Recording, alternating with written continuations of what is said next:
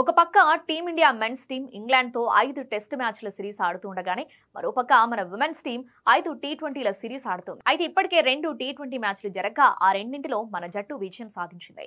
మొదటి టీ20 మ్యాచ్లో కెప్టెన్ గా వ్యవహరించిన స్మృతి మందాన సెంచరీతో విరుచుకుపడింది. దీంతో నిర్ణీత ఓవర్లలో 210 పరుగులు చేయగా ఛేదనలో ఇంగ్లాండ్ ని 113 పరుగులకే కట్టడి చేసి 97 పరుగుల భారీ విజయాన్ని అందుకున్నారు.